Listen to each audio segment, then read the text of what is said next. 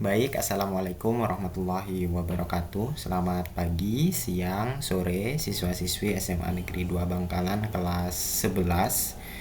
Eh, kita melanjutkan materi pembuatan penelitian sosial sederhana berbasis pemecahan konflik. Sudah hampir selesai ya, jadi kalian sudah sejauh ini melakukan penelitian, jadi paling tidak kalian punya gambaran meskipun ini tentu masih di level yang sangat sederhana ya, bukan di level yang sebenarnya. Tapi tidak apa-apa, kan namanya juga belajar untuk paling tidak tahu bagaimana penelitian itu dilakukan. Nah, fakta dan data sudah kalian kerjakan ya, sudah terisi banyak ya. Sudah terisi banyak, selanjutnya kalian melakukan analisis data. Nah, sebenarnya analisis data itu berisi tentang perpaduan antara data dan fakta dengan teori. Jadi data dan fakta dibaca dengan teori. Jadi kita punya sudut pandang teoritis dari beberapa tokoh untuk membaca data dan fakta. Tapi untuk level SMA saya rasa itu terlalu sulit ya, kecuali kalian memang mau serius membaca teori apa yang mau kalian pakai.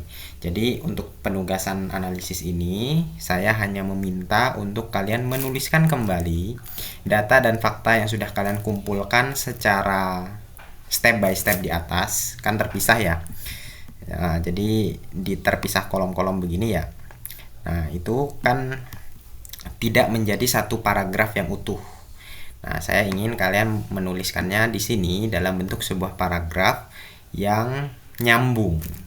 Jadi ada ditambah kata penghubung. Jadi data dan faktanya ditulis dengan bahasa yang lebih mudah dimengerti dalam bentuk satu kesatuan paragraf. Jadi misalnya pada penelitian ini hasilnya menunjukkan bahwa ada konflik horizontal.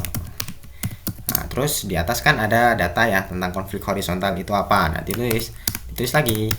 Konflik horizontal merupakan apa. Nah, pada penelitian ini konflik horizontalnya terlibat. Jadi konflik horizontalnya melibatkan dua siswa berinisial A dan B gitu ya. Sudut pandang A menjelaskan bahwa bla bla bla gitu. Sudut pandang B menjelaskan bla bla bla. Hasilnya gitu. Jadi dibuat dalam bentuk paragraf. Jadi ini sebenarnya pelajaran bahasa Indonesia, tapi kontennya adalah penelitian sosiologi. Nah, dalam sosiologi itu bahasa Indonesia menjadi alat paling dasar ya untuk menarasikan sebuah hasil penelitian. Jadi skill menulis dalam bahasa Indonesia itu penting. Jadi kalian belajar bahasa Indonesia diaktualisasikan di dalam mata pelajaran sosiologi di bagian hasil penelitian. Itu yang pertama. Terus yang berikutnya tidak terlalu sulit ya sebenarnya. Yang berikutnya adalah kalian merumuskan rekomendasi. Rekomendasi itu bahasa sederhananya adalah saran. Saran untuk orang-orang yang orang-orang di masyarakat luas agar konflik kasus yang kalian teliti tidak terjadi. Jadi ada beberapa saran ya. Ada rekomendasi pencegahan konflik. Jadi bagaimana kalau dari hasil konflik yang sudah kalian teliti, kira-kira agar tidak terjadi lagi di masa yang akan datang, rekomendasi kalian apa? Nah, rekomendasi itu harus didasarkan pada hasil penelitian kalian. Kalau hasil penelitian kalian menunjukkan bahwa konflik di atas terjadi karena kesalahpahaman, maka kira-kira rekomendasinya apa? Pendekatan komunikasi menjadi penting. Jadi bangun komunikasi yang baik antar sesama gitu. Ya, jadi saya rasa ini cukup mudah ya. Jadi silakan bisa dikerjakan dengan teman kelompoknya masing-masing. Terus rekomendasi resolusi konflik. Jadi kan orang yang berkonflik itu pasti tidak langsung akrab kan. pasti dia masih canggung dulu. Nah, rekomendasi kalian apa untuk orang yang berkonflik di penelitian kalian agar mereka bisa kembali berteman dengan baik atau kembali akrab lagi? Itu namanya resolusi konflik. Resolusi konflik itu adalah upaya untuk mendamaikan hubungan orang-orang yang berkonflik gitu ya. Nah, terus rekomendasi manajemen konflik. Nah, sebenarnya ini kalian membuat sebuah konsep gitu ya. Kalian membuat sebuah skema atau sebuah saran yang sifatnya bertahap.